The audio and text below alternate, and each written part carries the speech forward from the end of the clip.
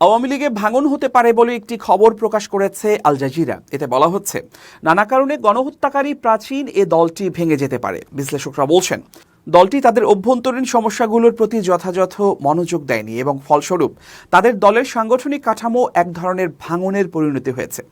আওয়ামী লীগের তৃণমূল নেতাকর্মীরা বিভক্ত এবং নিজেদের মধ্যে একে অপরকে দোষারোপ করতে শুরু করেছে। অনেক নেতা যারা দীর্ঘদিন ধরে দলের সঙ্গে যুক্ত ছিলেন এখন মনে করছেন যে দলটি তাদের প্রতি বিশ্বাসঘাতকতা করেছে এবং তাদের পাশে নেই। দলের ভেতরে বিভক্তি এবং সিদ্ধান্ত গ্রহণের প্রক্রিয়া নিয়ে হতাশা ফুটে উঠেছে।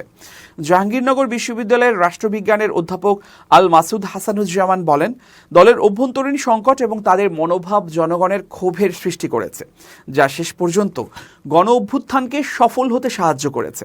আওয়ামী লীগের এই সংকটে তাদের রাজনৈতিক ভবিষ্যৎকে ঘিরে নানান প্রশ্ন উঠেছে। বিশেষজ্ঞরা বলছেন, দলটি পুনর্গঠনের জন্য কিছু গুরুত্বপূর্ণ পদক্ষেপ নিতে হবে। 2024 সালের 23 অক্টোবর শান্তিতে নোবেলজয়ী প্রফেসর মোহাম্মদ ইউনূসের নেতৃত্বাধীন অন্তর্বর্তীকালীন সরকার বাংলাদেশ ছাত্রলীগকে নিষিদ্ধ করে।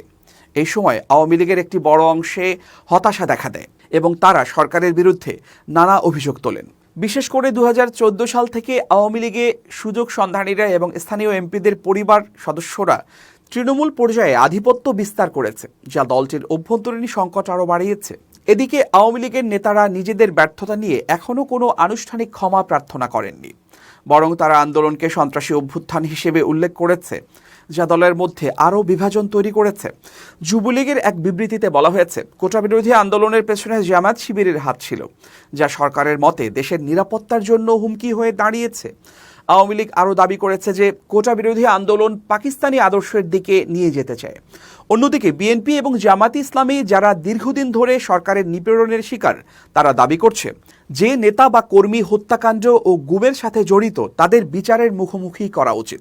তাদের মতে আওয়ামী লীগ সরকার একমাত্র জনগণের কাছে বিচারিত হতে পারে। ছাত্র আন্দোলনের একজন নেতা মাহফুজ আলম বলেন, আওয়ামী লীগকে আগামী নির্বাচনে অংশগ্রহণের সুযোগ দেয়া হবে না, কারণ তারা গণহত্যা ও নির্যাতনের জন্য দায়ী। এখন প্রশ্ন উঠেছে, আওয়ামী লীগের রাজনৈতিক ভবিষ্যৎ কি হবে? বিশ্লেষকরা বলছেন, দলটি এখন গণতান্ত্রিক প্রক্রিয়া এবং সংস্কারের মধ্য দিয়ে ফিরে আসতে পারবে, তবে তা কঠিন। তাদের পুনর্গঠন এবং জনগণের বিশ্বাস অর্জন করতে হলে তারা প্রথমে নিজেদের ভুলের জন্য ক্ষমা চাইতে হবে এবং নিজের নেতাদের পদত্যাগের বিষয়টি বিবেচনা করতে হবে। বাংলাদেশের প্রথম প্রধানমন্ত্রী তাজউদ্দিন আহমেদের ছেলে সাবেক স্বরাষ্ট্র প্রতিমন্ত্রী তানজিম আহমেদ সোহেল তাজ বলেছেন, আওয়ামী লীগের উচিত জনগণের কাছে ক্ষমা চাওয়া এবং নিজের ভুল স্বীকার করা। তিনি বলেন, এখনও আমি তাদের আত্মসমালোচনা বা ক্ষমা চাওয়ার কোনো চিহ্ন দেখিনি।